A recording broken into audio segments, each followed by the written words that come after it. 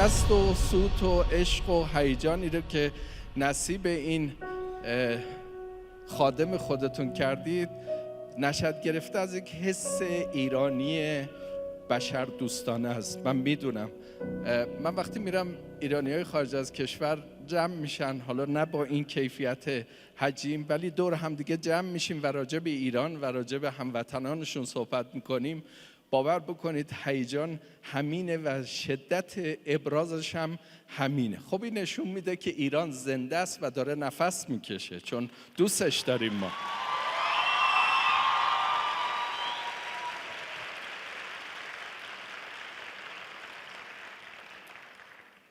خیلی قربون شما، دست شما در نکنه همینجا.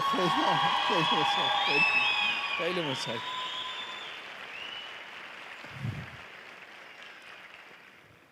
من کار زیاد کردم تو دنیا، خیلی هم خارج از ایران کار کردم، هم داخل ایران کار کردم.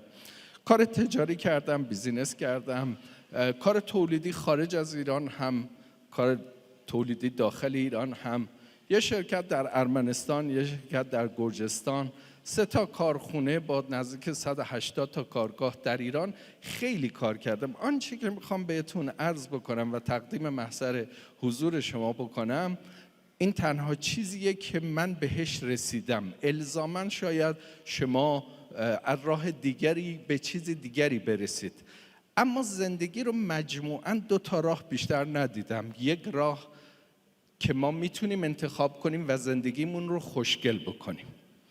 این هم دستاوردیه دیگه. ما تلاش میکنیم که زندگیمون رو خوشگل بکنیم. ماشین‌های خوشگل، خونه‌های خوشگل، لباس‌های برند، تا به دیگران بگیم ما انسان قوی هستیم. بعضی هم مصرف زیاد میان انجام میدن که توانمند جلوه بکنن. اینا الزامات خوشگلی زندگیه و نهایتاً در مسیر حرکت شما رو میرسونه به آسایش. یک تخت خواب خوب با یک دوشک بسیار طبی عالی، تلویزیون، یخچال سخنگو و همه چیزهایی که در اختیار شماست که شما توش آسایش داشته باشید. ولی الزاماً آسایش آرامش نمیاره. به یه آدمی که خیلی وسایل زندگیش مجلله نمیگن آدم خوشبخت. از بیرون چرا؟ از پوسته چرا؟ اما برای شمایی که خامه‌های جامعه رو تشکیل میدید، شمایی که فرهیختگان جامعه اید، شمایی که تونستید یک مسیر رو با سخت کوشی طی کنید و بیایید بالا، سر شما رو نمیشه شیره مالید. به شما نمیشه گفت خوشبختی همینه که شما دارید میبینید، یعنی ماشین بهتر، خونه بهتر.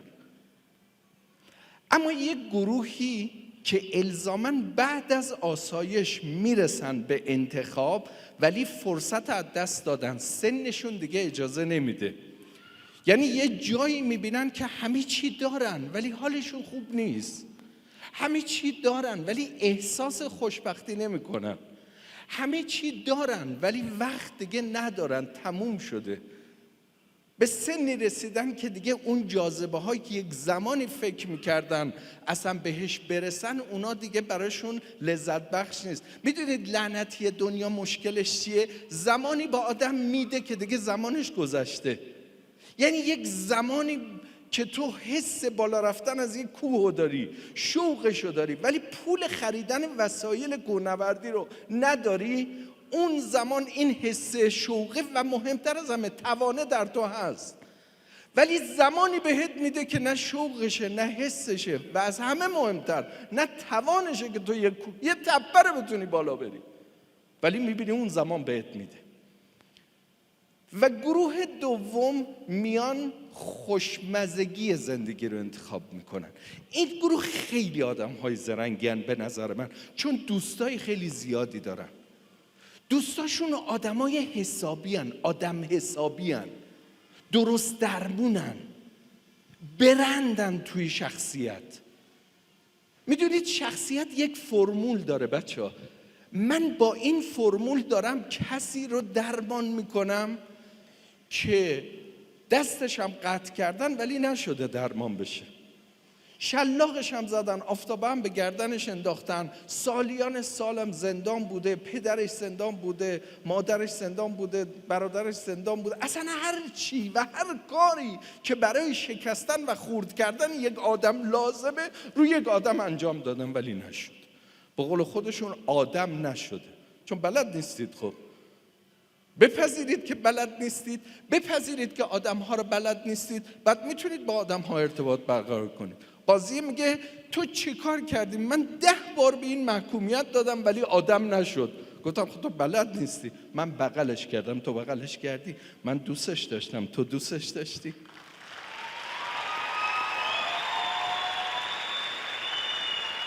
آدم‌های نگاه کن من چی میگم. من میگم نذار زمان بگذره و برسی به جایی که توانشو نداشته باشی.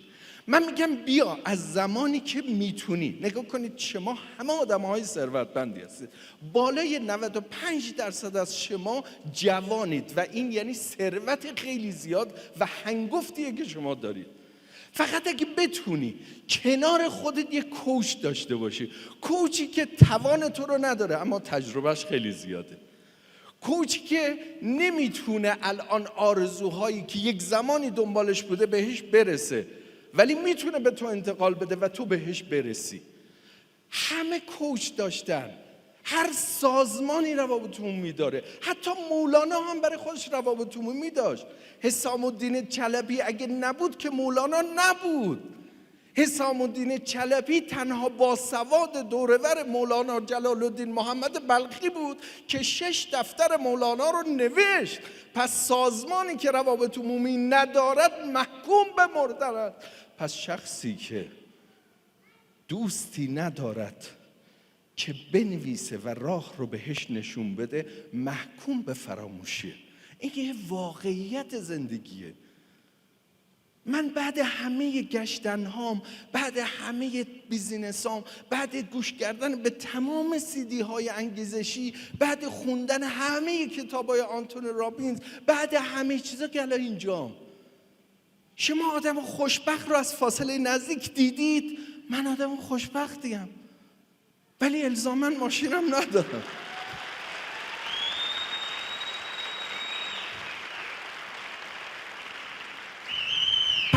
پس بیاید این تیکه از همایشتون رو اگر اساتید قبل یا مدیران یا کسان رؤسای دارن میگن که بزن بکوب ببر و بگیر، من قدرت پول قبول دارم.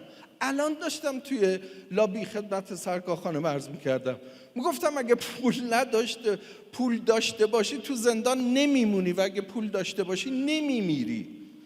من بحث تعلقه، من بحث وابسته نشدنه، من بحث پولدار شدن که نیست.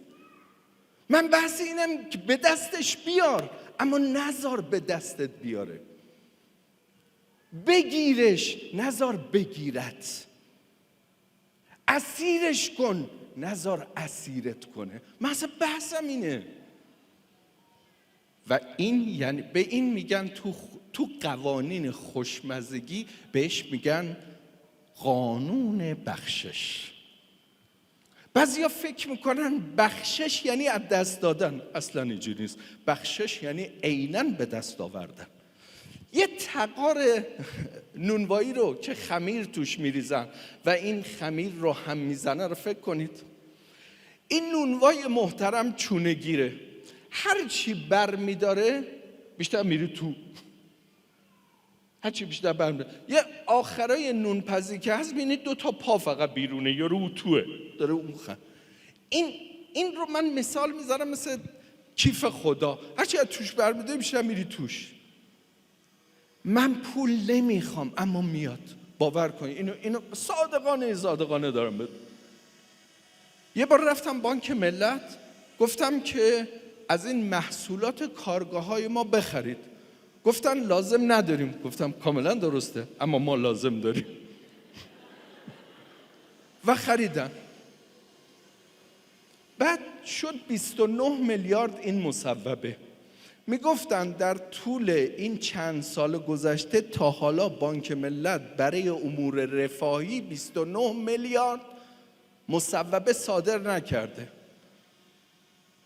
ما خود مدیر رفاهی میگه برای 2 میلیارد بازسازی مهمانسراهای تحت پوشش ما 6 ماه داریم التماس میکنیم، نتونستیم. ببین وقتی خوشمزه زندگی میکنی افراد توی مسیر بهت کمک میکنن. یعنی تو عملاً ویزیتورهایی داری که بدون گرفتن پورسانت به تو کمک میکنن تا به تو به هدفت برسی. چرا؟ نمیدونیم. خب برای چی داری به من کمک میکنی؟ دوستت داری؟ چرا دوستم داری؟ چون من آدما رو بلدم. چون من میدونم به آدم‌ها باید احترام بذاری تا از آدم‌ها احترام دریافت کنی. من میدونم هر آنچه برای خود نمیپسندم برای دیگری هم نباید بپسندم. من میدونم که خانم‌ها در سازمان من خیلی محترمن، پس باید خیلی سعی کنم به خانم‌ها احترام بذارم. خانم‌ها عامل توسعه جامعه.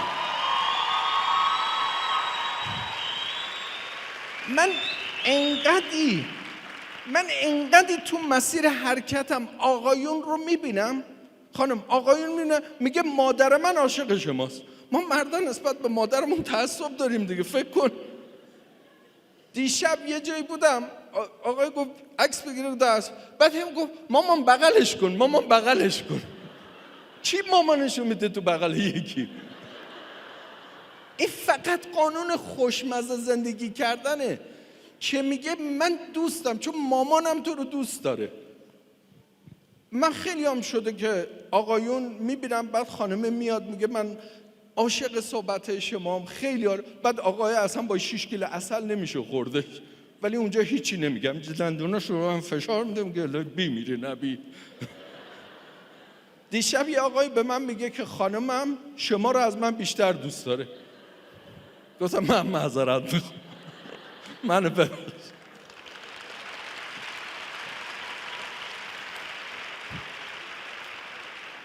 کسی فروشنده خوبیه که مثل اره عمل کنه، یکی بده به دیگری، یکی بکشه به سمت خودش. بعضیا توی جامعه ما فروشندگی اینجوری کردن، میرن مخ یارو رو فریز میکنن که فقط بهش بفروشن یا استلام بکنن تو پاچش. خوبی نمیشه، این فروشنده خوبی نیست. این فروشنده وفادار و اون مشتری پایداری نیست. فروشنده خوب اینه که احساس کنه داره به برادرزادش جنس میفروشه. چقدر مراقبه که چطور بفروشه، چقدر مراقبه که جنس خوب. بهش میگن تعلق سازمانی. نکته‌ای که اینجا اتفاق میفته اینی که من دارم کالامو میفروشم، چرا با ساعتی 3.5 تن زیتون پرورده تولیدش در کارخونه و 1057 نفر، بی جمله دقت کن، 1057 نفر، چرا این سوال جواب، چرا هر وقت بحران فروش پیش میاد من فروشم 33% افزایش پیدا میکنه؟ جوابشو یه دختر زندانی به من داد. ما پای شلف توی فروشگاه ها دخترای این همکاران خودمون رو یا تو زندانن اینا رو معرفی میکنن. اینا ما تو 3500 تا فروشگاه افق کوروش داره. خانم یه بزن اون رو بیدارش کن، براش صحبت ها خوب. 25 میلیون. البته شما تو مراقبه ای، من میدونم، یعنی چشا رو بسته با یه احساسی داره به صحبت من گوش میده، انگار بستنی میخوره و زاد مرداد.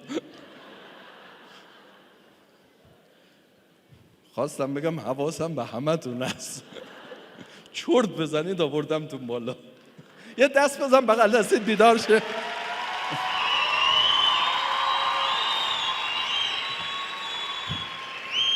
مرسی، ولی این سوتای شما این شب هم خوابش نمیبره دیگه. میدونین نکته سر اینه که پس من در ارتباط با آدم ها این جمله همه عرایزم رسیدیم به اینجا، میخوام وارد قصه های واقعی زندگی های واقعی بشم.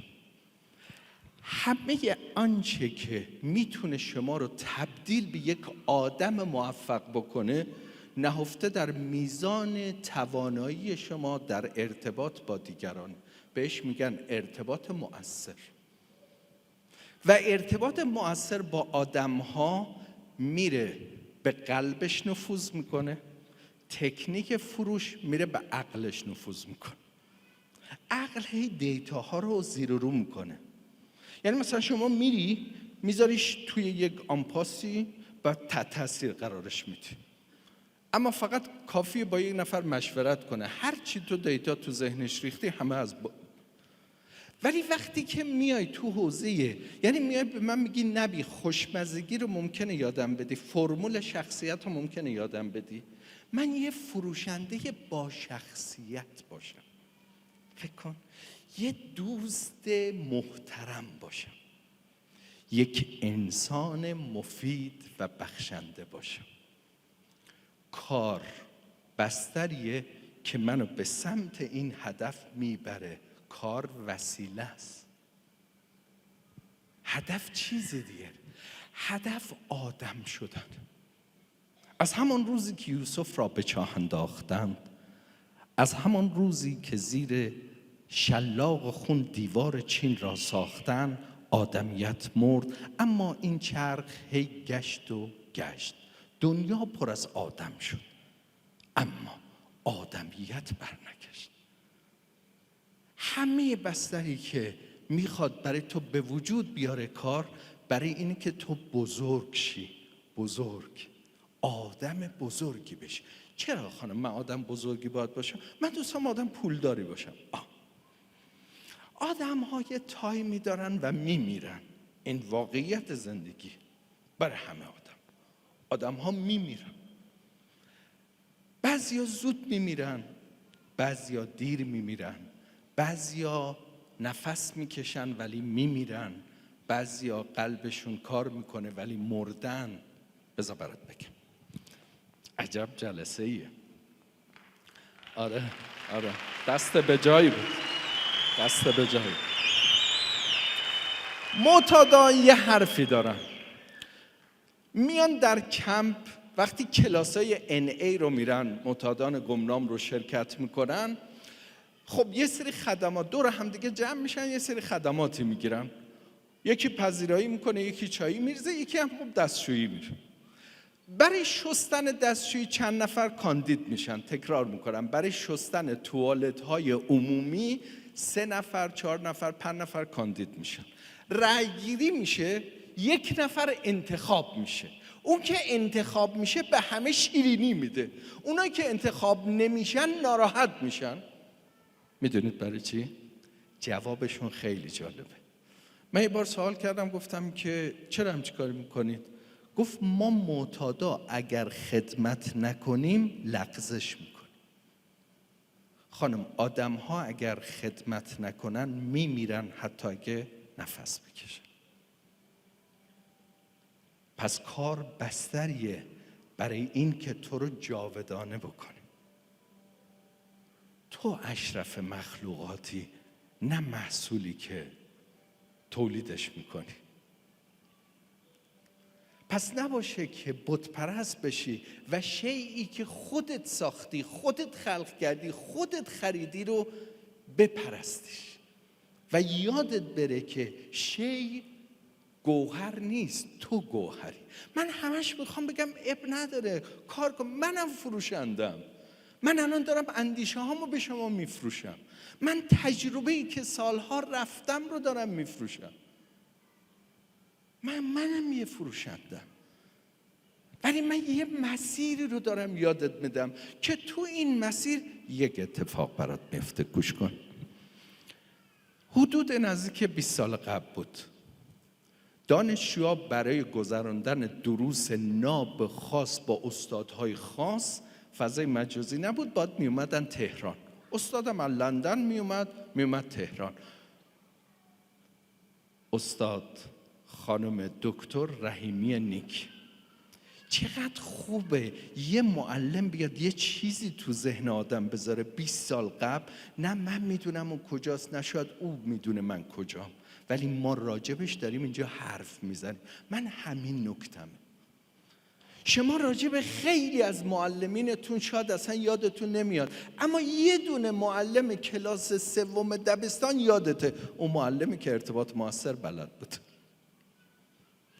ارتباط موثر رو یاد بگیر، نه فروشندگی رو. فروشندگی یه تیکه از این پازلیه که دارم یادت میدم. آدم ها رو یاد بگیر، راه نفوذ به روح آدم ها رو یاد بگیر. من الان بهت میگم، من یادت میدم، من تو یادت ندم نمیرم بیرون. یکی یه روز یاد خود من داد، من الان وظیفه دارم یادتو بدم. من 5 استان رو سفر میکنم در هفته و یک روز جمعه مال نگینه. البته شاید علت این که من و نگین خیلی همسرم همدیگر رو دوست داریم، علتش این باشه که خب اصلا همدیگر رو نمیبینیم و